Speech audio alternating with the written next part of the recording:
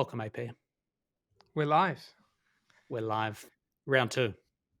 Round two. I Man, was, I'm feeling good from what you last said. Essentially the weight loss and the pain, all of that stuff going away for those who obviously would have missed part one, but we're here in part two talking about that. No, look, I'm feeling the best I've ever felt. When I was even fitter early in my years, but just the comeback journey is feeling that much sweeter. why did you? What was the key motivation as to you stripping this weight? Because I know we've been talking about that for years around you getting more healthy and looking after your weight. Like, what was the driving factor for this round? Yeah, you're right. We were talking about it for years, and I'd go about it for a small amount of time, then I'd stop, and then I'd go about it for a small amount of time, then I'd stop. And so it was multiple reasons. The first one was losing my mother. So I think when you have a loss at heart, you tell yourself, well, that can happen to anyone, and probably more chances happening to me if I'm not living a healthy life. And what I've come to realize is that, as corny as it sounds, with success comes huge responsibility, because very few people who have a giving nature will have their success and then just keep it to themselves. Which means as you become a more giving person, you actually become more responsible, which means I'm looking after my father, I'm looking after his new partner, I'm looking after their child, I'm looking after mother in law, I'm looking after my wife, I'm looking after others. I just become more responsible the more of a giver you are, right? And so if you then have more responsibility, imagine all the life you create for them, yourself, and for others. Then I have a team that keeps growing every year. They're all gone in terms of not forever, but the impact that they have is stressful and impacted heavily if something happens to me. And so I took that responsibility to go, like, we all lost a piece of us when mum passed, and that was very impactful. And I don't want people to lose a piece of them if something happens to me or be impacted financially or whatever it may be. And so I thought, hey, I should take that upon myself. And then the second thing was just pain. Like, how, since when is it good to just have constant pain? And here's me going, oh no, because I played a lot of basketball, or no, because maybe just excuses, right? And so I eventually realized that it's not normal to be in pain. It's not fair if you have such big goals but are willing to rip them all down if something happens to you and all the people around you get impacted. And then obviously seeing mum, all those three pieces together was like, hey, I got to just get it done and be accountable. When you say pain, what do you mean? Like inflammation, or like what is it? Yeah, inflammation, knees, ankles, hips, all that stuff just lives in that environment when you're not healthy in terms of weight. And by no means am I shredded or anything. I've just lost 26 kilos, which I'm super proud of, but I've still got another 20 to go. And I'm going to say it's a piece of cake, because once you've passed and you started, it's not hard. But yeah, I think that pain, like, I used to sit down and go, oh, it's normal to have my knees pain a bit or my ankles pain a bit, but now those things don't exist. And so I feel like that is something that you got to wake up and realize it's not normal. And I think that realizing that was what helped me ahead. How long have you been running a business now for? It's been just over 5 years, coming towards 5.5 years now. So uh, 2018, I can remember our first phone call as well, going back there. Uh, Leaving CBA, leaving the corporate job. I'd actually already left and I'd already started, but I just wasn't getting traction. I wasn't getting the momentum. And I felt like it was a world back then where, because it was such a niche world, a niche environment, I think no one wanted to share what they had, because they felt like this is my little secret, my little thing. It wasn't like the communities of business and other industries, until you came along and you changed that as the first person to go, hey, I'm just going to be out there, give it all away, share the goods, share it for everyone else's benefit. And that's where we connected. And so, yeah, 5 years since that call, 5.5 years now. Yeah, and man, you fucking crushed it, hey. And I guess, I mean, we've worked closely together, but you're someone, I guess, for those, I mean, from the outside, I'm assuming people would get this, but you know, you work really hard. You're very strategic. You listen. Um, I think you're someone in this industry, and you know, I've been in it from 2009. I wasn't the first in, but I've been here for a while, and I think you're someone who's really got a long term approach. Like you're not thinking in days, from what I see, or months. You're thinking really long, and I think that's been instrumental to your success. And I think from what I'm seeing now, you're also building an incredible brand. Um, and you won this year. Correct me if I'm wrong. Buyers agency was it 2023 buyers agency of the year? Correct. Yeah. Yeah. So what's happening now? I mean, you said team earlier. You got a responsibility to team. Like, how big is your team, and maybe what's going on in your world at the moment with InvestorKit? Yeah, I guess firstly, just coming to a couple of points you mentioned, super appreciative of that, Benny. I think when it comes to all those things you've mentioned, like the long term aspects, and this isn't just buyer's agency industry, this is any industry, in my opinion. The easiest subsequent customer you'll ever get is a customer that's from your first customer. Do you know what I mean? Um, the second deal is always easier than the first deal. The third is easier than the second. And so all of these things I'm just painting to is like everything can have flow on impacts if you are thinking long term.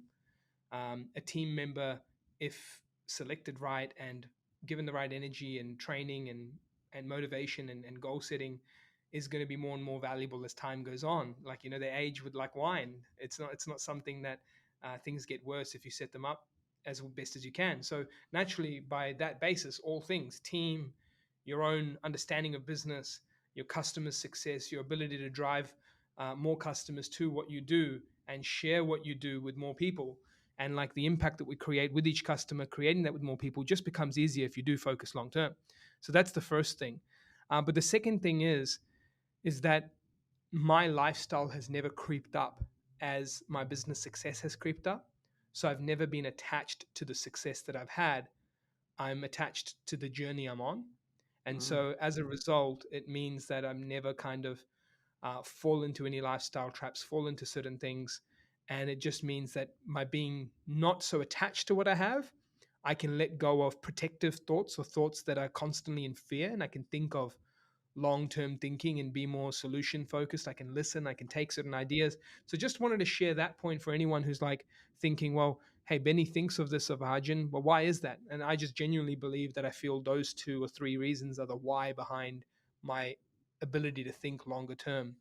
Um, I guess coming back to your core question of where the business is at now and where we're heading, we're just under 30 in terms of the team, and we're spread across multiple divisions from onboarding to research and data to client success, portfolio strategists who are qualified property investment advisors, and to even our buyers agency division, which has our associates and our full buyers agency. So there's a few different divisions there, and I set up this model in a way to mimic the private banks. And my experience was very much CBA, and what private bank used to really sit up on a pedestal was this 5-to-1 client ratio, which was, mm, hey, instead of everyone trying to be a jack of all trades, you get specialists of everything.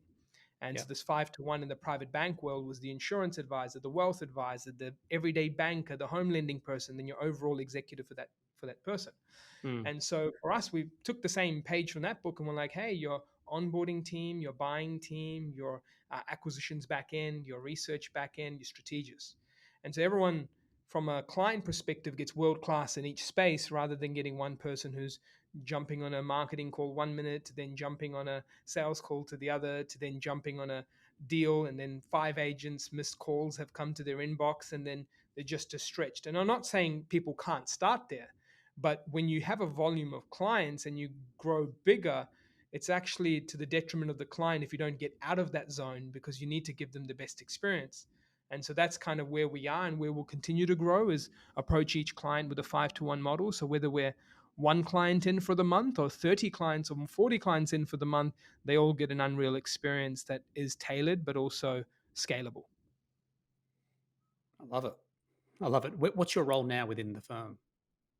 Yeah, so my role now is actually managing managers and managing, key team members with regards to their success. And that to me has not been something I've been, able to say I've been doing for years. As you know, a lot of mentoring together with yourself and the Greater Buyers Agent Institute group, and everything that I've been learning has been, year by year, I'm getting to that. And now I'm in that space. And so it allows me to actually focus on getting things done rather than getting busy. I think that's probably the biggest change in me. You've always, even in this podcast, you mentioned, Arjun, I know you for your hard work and how much, grind you'd put in. And I'm not saying I don't put that in now, I do, but I do that in the most focused time blocks that one person could ever imagine without any distraction on a singular priority. And I think that's where we all need to grow as business owners as time goes on, is just be able to focus and channel it down. And that means for me, I don't measure myself anymore on how much I work. I don't measure things as work. For example, emails, phone calls, they're not work. Text messages, they're not work. People treat them as work and think they're doing something. To me, I have a to-do list that has, 5, 6 core priorities of the business.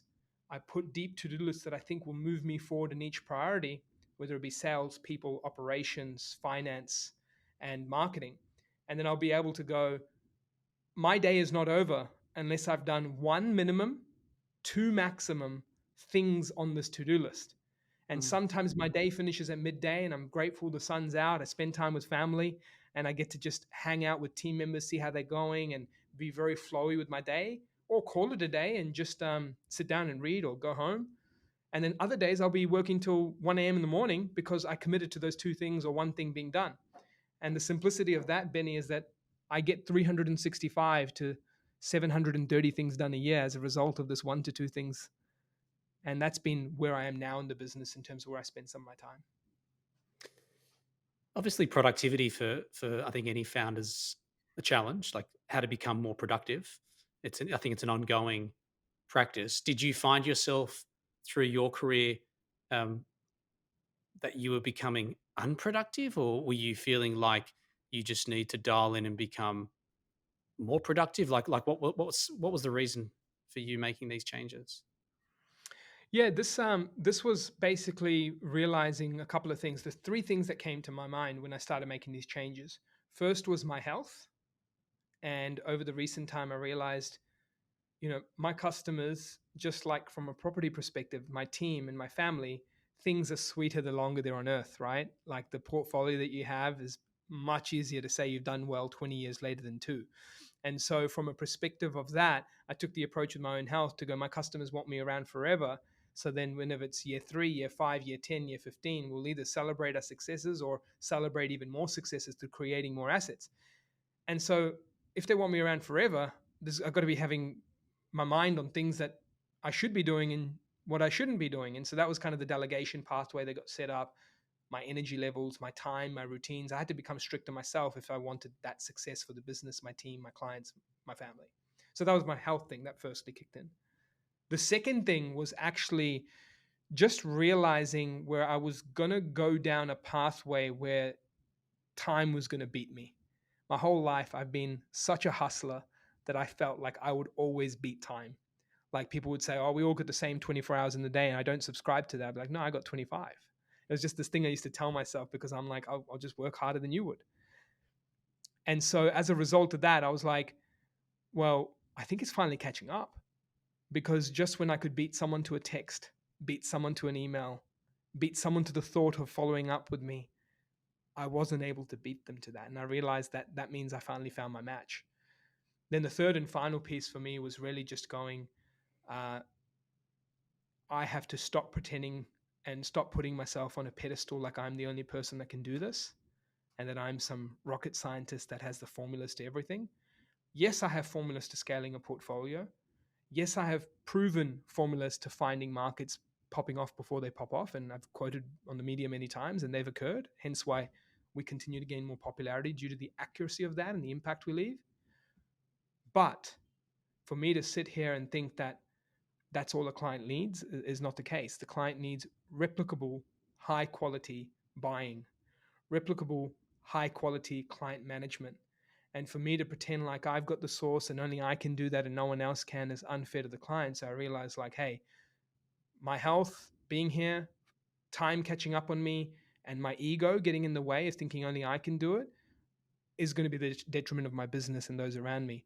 And so I basically turned those things around and making sure I could coach as best as I could, teach, nurture, educate, bring in mentors, consultants, whoever needed to be there to help.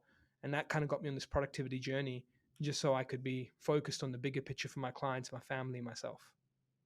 I love it. This hustler drive that you have in you, where's that? Is that inherited from father or someone within the family, or where do you feel like it stems from? Um, it's a good question. I would say, look, partly my father, he's a mechanic, and he's been a mechanic since the age of 14, fixing cars. He's in his 60s now, and you literally like he would not know when to quit. Like, as in, he doesn't know when to quit. He still doesn't want to quit.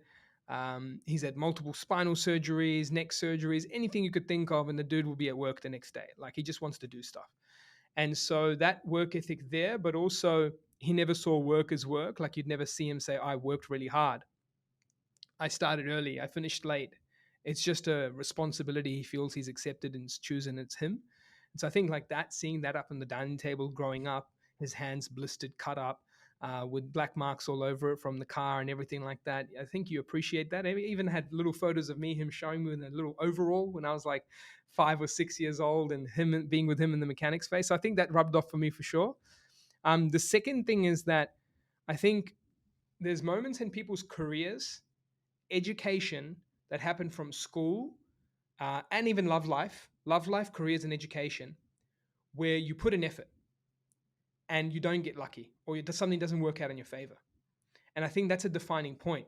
If that happens to you, what usually happens, whether it's career, education, or love, you don't want to put in effort anymore because you think it's not worth it. And so Mm. you think things aren't possible, you things aren't achievable, you can't do that. It doesn't matter how much you put in, it doesn't always come out. And most people give up because of some setbacks in either one of these three categories: love, career, or education. I was very lucky, and I say lucky truthfully, that all three went perfectly for me. And so naturally, if you have a going out phase, or meeting your partner, or dating, or whatever it may be, and you have great success, you're going to work harder on that element, aren't you? Because you know it works for you. Education, you show up to an exam and you do an exam and it goes really well for you, or you work really hard and study and it proves out and it ends up, you get your master's degree and you do this and you're like, hey, I can do this. You're going to know that you can put in the hours and something comes up. Career, I had very fortunate leaders that opened up all the doors in the banks. I had my team building in my company go really well. And if you have kind of things that you touch turn luckily and fortunately into gold, why wouldn't you work hard? Because you know when you do, something always comes out. So I feel like Mm. that's a really important thing for people in life, where if they go down a journey and they go to these three parts and they look at their teenage years, look at their early adult years, I can almost certainly say that those who quote unquote don't hustle or work hard probably tried to in one of these three categories in their life, fell short, not because of their fault, could have been external factors or their fault or anything. And then they tied these two opposites to each other. Working hard does not always equal an outcome. And so Mm. as a result, they probably fear or don't believe in putting that in, and naturally hustle then fades. And so I just feel like I got really lucky, and I got family values from dad, but I got really lucky that across career, education, and love life, that whatever work I put in, it all came out, and the world was speaking to me in a good way. And then as a result, now I just know the answer to everything is I just put it in and it should come out, right? So that's pretty cool, right? It's a very blessed outlook. I think it's and seems like you've been very blessed in a good way. I wanted to shift gears to customers.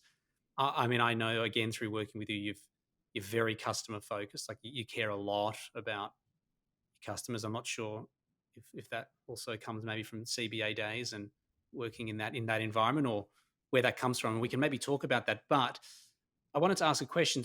What percentage of your customers that come through InvestorKit buy multiple properties through you, like the second or the third or the fourth? Yeah, it's massive. So put it this way, Ben, I realized about a month ago that I could make a case study every single fortnight for the next few years of people who've purchased multiple properties and never have to worry about putting up a deal of a new person that I came on board that I just bought for. So I started doing that because as soon as I realized I could do that now. So every fortnight, I don't talk about a deal we purchased. That to me, it doesn't mean anything now, because it's just a metric, it's a number. What the actual meaning is someone hitting their goal for a portfolio or on track to hit their goal. That's what we're here for, right? And to look back now and go, hell yeah, like 5 years later, every fortnight, I can now go, Mandy and Ali, 3 properties, 400K in equity growth. Michael Thomas, 7 properties, 600K in equity growth. Aman Sethi wanted a 10 million portfolio. We built him a 10 million portfolio, and now he had 1.5 mil growth in the last few years in just in equity. Raj and Sauji, up to their 7th property, owner occupied, paid off, 900K in growth. Francis and Lorraine sitting there overseas and going, hey, we want to move to buy investments in Australia, then Singapore, expats. And I go, cool. Now we've got their 3 properties and we're about to buy a commercial for them soon. And their goals are set. This goes on every fortnight for the next few years. We could do this. That's been the game changer for us. Brother, you're going to have to set up like an awards for your customers around buying multiple properties. Like imagine you bring all your customers into, some environment and you just like buy, 7 properties for this person, 6, 10, 4. But no, that's incredible. And I mean, do you feel like when people like your customers are coming to you at the very beginning from the inception, are you drawing out this roadmap for them around what the future is going to look like? So there's clarity at the beginning, or is this something that's just happening along the way throughout your life cycle working with the customer? Yeah, so I think when it comes to a client onboarding, the first call we have is a portfolio review and the mapping of the portfolio. So once they've onboarded officially and they decide to work with us, they then look at this portfolio mapping process and see what's possible. Now, whilst I've shared some amazing case stories, not everyone has the same goal, has the same objective, nor has the same starting position or end position because of their financials in a different scenario.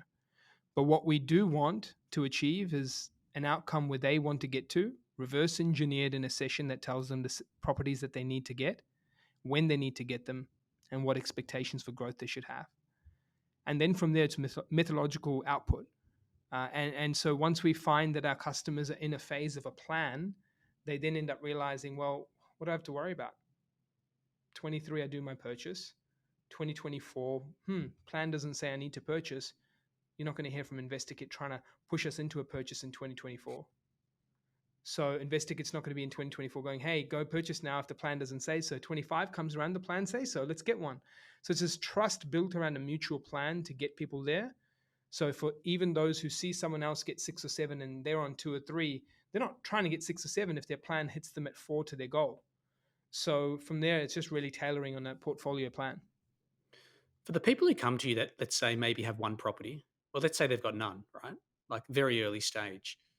Do you feel like some of these people are skeptical despite them seeing case studies and the journeys that you've taken some of these customers on who have built portfolios? Do you feel like they're skeptical about them being able to do it with you, like getting to that third, fourth, fifth? Because I know a lot of Aussies are blocked around getting past, 3 properties, for example. Do you find that they come in a bit skeptical around just the viability of it happening? Absolutely. Absolutely. The internet is still the internet. You know what I mean? So, and this is why I've made it a focus of mine to celebrate the customers more than ever instead of celebrating our predictions, our business, us, our awards, our testimonial. Sure, you'll still see them around because we want to show you the credibility and the truth. But now we realized, hold on a minute, no one's on the level that we are to be able to promote a customer success that often with that scale of impact that frequently. Let's do it. So now we're on a mission to go, hey, hold on a minute. Maybe you were unsure. Maybe you thought it wasn't possible. Maybe you thought this is just an ad. Well, hey, just please watch us every fortnight for the next year and don't buy from us. And if you feel any of those customers are in a position that you want to be in, real stories, real people, real outcomes, real deals, real testimonials, then you can basically make a comfortable call that I trust these guys. And it's okay if you don't until that point, because during that point, about 200 people a month will reach out to us asking for our help. So I think from that perspective, I'm really comfortable now going, we can deliver, and you take the time you need to feel whether we can or not. And every fortnight that goes by, there'll be more and more people here to say that they were part of that success story with us. And the moment you believe us, you will. But that's kind of been a core thing for us. We don't need to worry about convincing or not convincing anymore, just because before it was a matter of people are skeptical. And now it's like people don't come to us skeptical as much anymore because everything's out there now. And we Mm. plan on making that a core focus of ours. Everything should be out there. The best research that someone thinks that they've got a secret spot on, we're going to put out the most in-depth research every single month for the whole public. The podcast that turns into it, if you want more information and more secrets like this, go into it. We'll tell you all the secrets on our podcast. If someone's saying that they get their clients the best deals, we'll put out a case study, not of the deals, but the portfolio, because no one cares about a deal. People care about what their portfolio is. If someone says we provide A-grade service, we'll put a testimonial, actually 211 testimonials out there, all 5-star, and we'll put a case study, a video one on the TV, on here. So we're all about changing our business now to sell through the customer, because that's the people we want to help. We want people who are driven like that, people who want a goal that they want to achieve, and people who've actually achieved it. And so I think that's one of our biggest turnarounds. And that's kind of been something, Ben, only for the last sort of 3 to 6 months, because before that it was, hey, the secret data guys, the this guys, the that guys. We love being that. I'm not saying we aren't, because that is a core X factor why people choose us, but that comes secondary to the customer's results. So that's one big turning point for us that's helped our business grow even further. Your brother AJ, I believed he joined your company recently as well. Yeah, so I've got Ankit, my brother, who's joined the Thank you. business, and AJ, who's been a family friend of ours since 2018. He's been in the business Okay. as well. So yeah, we're really scaling up the technology space with Ankit. So sorry, Ankit. What's his role? So he's the head of technology. And Okay. what we've come to learn is that obviously over time, buying agency from a negotiation, from a time saving will always exist. Like anyone, there was I think I remember, can't remember who said it, but I remember seeing a quote, any business in the world that saves someone time will always be here. And, just think of that in this most simplest form of going out for a meal. Like, food can be delivered to you, cooked to you in every single way, yet people will go out for a meal for time saving and the experience and the quality. So as long as you can deliver time, experience, quality, it'll always exist. So we felt like, hey, that is one aspect of it. But the other aspect is technology will keep getting better. So guys, don't live in fear and trying to grind out every day to think that you're not going to exist at some point. So just focusing on killing it, quote unquote. Let's know that we're here forever, because people will always need what we bring. And the same thing with the sales agency model. We've seen that being attacked and then come back, and then being attacked and then come Mm. back. Now let's go, well, why not just focus on those three aspects? We're here for the time. Let's get our technology investment to build the best quality and experience. And so we've already applied a lot of technology to our research ends, from machine learning, AI, but now we want to deliver it to our actual customer service. Certain portals, certain service delivery, certain things on our website that make things easier, wherever we can, making it just easier for our clients. And so that's where my brother's come on board as a head of technology to focus on that, especially with his background working with major companies and their, Samsung and a few others, to name a few. Arjun, man, love this chat, brother. Love this chat. You're looking unreal as well. You seem more peaceful. You seem like you're about to really tear it up another level with InvestorKit. I love that you're driving through the customer now. Like, it seems I've been watching you online. It's a big focus of yours, and I think you've nailed it. That's where it's at. That's what people want to see. And you're right. Like, people who might be skeptic, they'll see the proof and they'll become believers. So congrats, brother. Thank you so much, mate. Appreciate all the mentorship and guidance to this date, and yeah, it's been a special journey, and just seeing what's ahead for our customers. I'm excited for them more than anything, especially with all the technology on its way, the education on its way, and all the access to everything. We're in an information heavy world, and the information is scattered, and people feel like that scatteredness is how they then elaborate on their service. To say that we can put it together, well, we're going to give them the most organized information ever as time goes on with our technology improvements, and they will come to us simply for time and expertise. Everything will be in their palms. Well, bro, you're leading the charge. I think on a finishing note, I think what I'm also seeing is that you're lifting the standard in the industry, um, and talking about, giving all that information and the transparency. I feel like you are also, um, naturally encouraging other people to play catch up. So well done. Thank you so much. Appreciate it. See you, brother. See ya.